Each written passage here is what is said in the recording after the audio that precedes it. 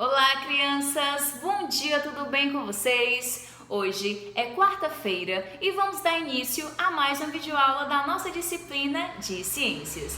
E na nossa aula de hoje, quero que vocês peguem o livro de vocês, módulo 1, disciplina de ciências, na página 17. É isso aí! Hoje nós iremos estudar sobre os animais vertebrados e invertebrados. Inclusive, esse tema é bem conhecido, porque já estudamos nas séries anteriores, tá bom? Encontraram aí direitinho a página certa? Módulo 1, Disciplina de Ciências, página 17. Para dar início à nossa aula, temos duas imagens para que nós possamos observar cada uma delas. Cada imagem representa um animal. Na primeira imagem, eu tenho uma onça pintada e na segunda imagem temos uma borboleta monarca, certo? A espécie da borboleta monarca. Diante dessas duas imagens, quero que vocês observem para que a gente possa explorar. Vamos lá. Questão de número 1. Essa vocês não precisam responder, tá? A gente vai fazer só uma troca de ideias. Esses animais apresentam algumas semelhanças? Quais são as semelhanças que esses animais apresentam? A primeira semelhança é: eles são seres vivos, não é verdade? Pois têm vida, eles nascem, crescem, reproduzem e morrem. Além de apresentar essa semelhança, podemos dizer que eles são animais terrestres, pois eles vivem na terra e respiram o nosso mesmo ar, não é verdade? São semelhanças que esses dois animais possuem. Questão de número 2. Quais são as diferenças entre eles? Aí nós podemos encontrar várias, não é verdade? Como, por exemplo, a onça, ela possui pelos, ela possui 4 patas, não é verdade? Como é que ela se locomove? Anda e corre, não é verdade?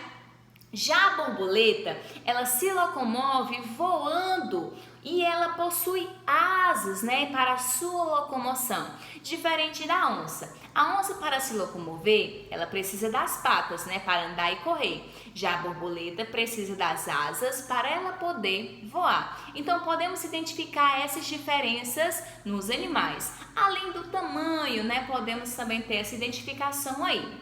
Questão de número 3. Quais deles apresentam a coluna vertebral? Quem vocês acham aí que tem a coluna vertebral? Será a onça ou a borboleta? Essa tá fácil, né? Lógico que a onça, podemos perceber que a onça, ela é um animal vertebrado, pois justamente ela apresentar a coluna vertebral, né? Que é o eixo, a parte central do corpo dos animais vertebrados. Agora vamos ver aqui. São muitas diferenças encontradas na onça pintada e na borboleta. A presença da coluna vertebral na onça é uma delas, ou seja, podemos perceber que a onça, ela é um animal vertebrado, pois ela possui a coluna vertebral. Já a borboleta, ela não é um animal vertebrado, ou seja, ela não possui a coluna vertebral.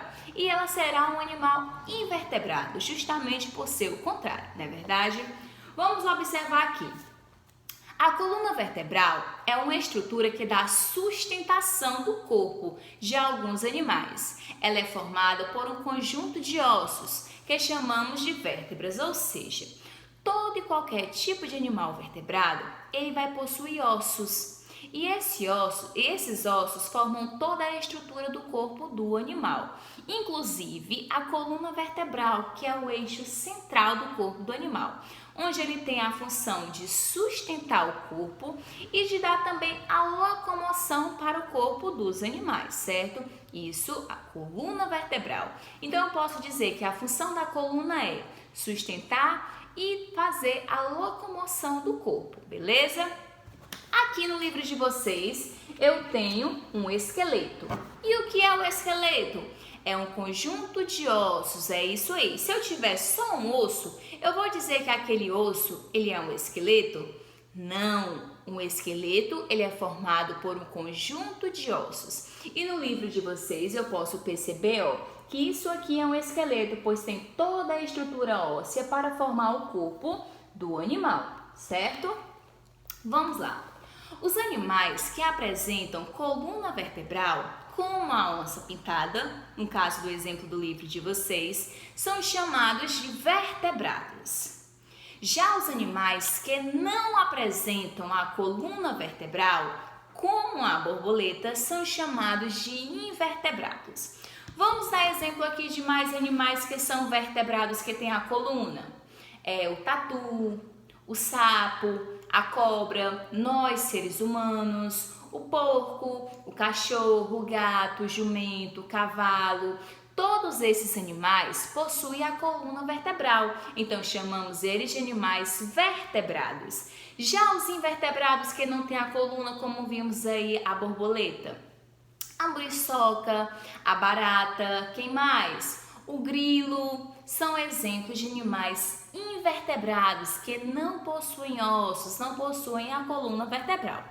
Lá na página 18, nós vamos conhecer os animais vertebrados de acordo com seus grupos, é isso aí. Os animais vertebrados, eles são classificados em grupos devido por existir uma variedade de espécies desses animais. Então devemos primeiramente também conhecer os grupos dos animais vertebrados. São 5 grupos: mamíferos, peixes, aves, répteis e anfíbios. Repitam junto comigo os grupos dos animais vertebrados: mamíferos, peixes, aves, anfíbios e répteis. É isso aí. Esses são os 5 grupos dos animais vertebrados. Tia, tem ordem? Não tem ordem. Só precisa existir esses 5 grupos para que possa formar a classificação dos animais vertebrados, tá? Então, não esqueça, são dos vertebrados, aqueles que possuem a coluna. Eles são divididos em 5 grupos. Vamos lá conhecer cada um deles. Primeiro, vamos conhecer o grupo dos peixes. No livro de vocês, acompanhem aí, ó, o grupo dos peixes. Os peixes vivem em rios, lagos, mares e oceanos, ou seja, os peixes são classificados como seres aquáticos, pois eles vivem na água, tá? Eles conseguem viver nesses ambientes porque apresentam brânquias. O que são as brânquias? São essa estrutura aqui do peixe, ó, que possibilita na respiração na água, tá? As brânquias é uma grande característica que todos os peixes possuem. Os peixes nadam, a sua locomoção, nadar, eles nadam utilizando as nadadeiras, né? A maioria deles apresentam o corpo coberto de escamas, a maioria. Por quê? Porque nem todos os peixes possuem escamas, mas a grande maioria possuem escamas. Os peixes são ovíparos, ou seja, eles nascem através de ovos, de acordo com a gente estudou na reprodução. Os peixes são ovíparos, nascem de ovos. Mas há casos de peixes vivíparos e ovovivíparos, ou seja, algumas espécies nascem através da barriga, como são os vivíparos, ou podem também ser ovovivíparos, que nascem de ovos, mas os ovos ficam armazenados dentro do corpo. Ou seja, de acordo com a espécie dos peixes, eles podem se reproduzir sendo vivíparos, ovíparos ou ovovivíparos, certo? Reprodução. E também os peixes, eles podem se alimentar de maneiras diferentes. Eles podem ser herbívoros ou carnívoros, de acordo com a alimentação. Herbívoros são aqueles que alimentam de parte dos vegetais, como as algas marinhas, né, que são plantas que vivem na água, e animais carnívoros, que se alimentam da carne de outro animal. Temos um exemplo aqui. A maioria dos peixes, ó, essa página aqui, ó, a maioria dos peixes apresentam escamas recobrindo todo o seu corpo. Na outra imagem, os ovos dos peixes não apresentam casca, tá? Ele não tem casca, como no caso do ovo da galinha, né? E o tubarão, ele é um peixe carnívoro que se alimenta da carne de outros animais. Diante da classificação dos peixes, agora vamos para a página 19, lá na classificação dos grupos dos anfíbios. Prestem bastante atenção. Os anfíbios são animais ovíparos, ou seja, eles nascem de ovos. A maioria passa por metamorfose, ou seja, aquele processo que a tia explicou no desenvolvimento, transformação. Nasce na água doce e vive nela enquanto girino, no caso os sapos, né? Uma fase larval. Quando adultos passam a viver também no ambiente terrestre, apresentam a pele úmida, lisa e fria e se locomovem geralmente saltando ou andando.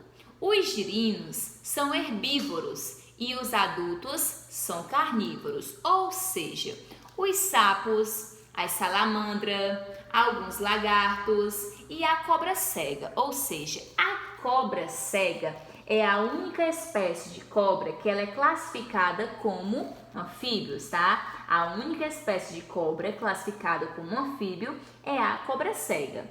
E além da cobra cega ser um anfíbio, eu tenho os sapos, eu tenho a salamandra, que são esses exemplos aí, que pertencem a essas características dos grupos dos anfíbios, tá?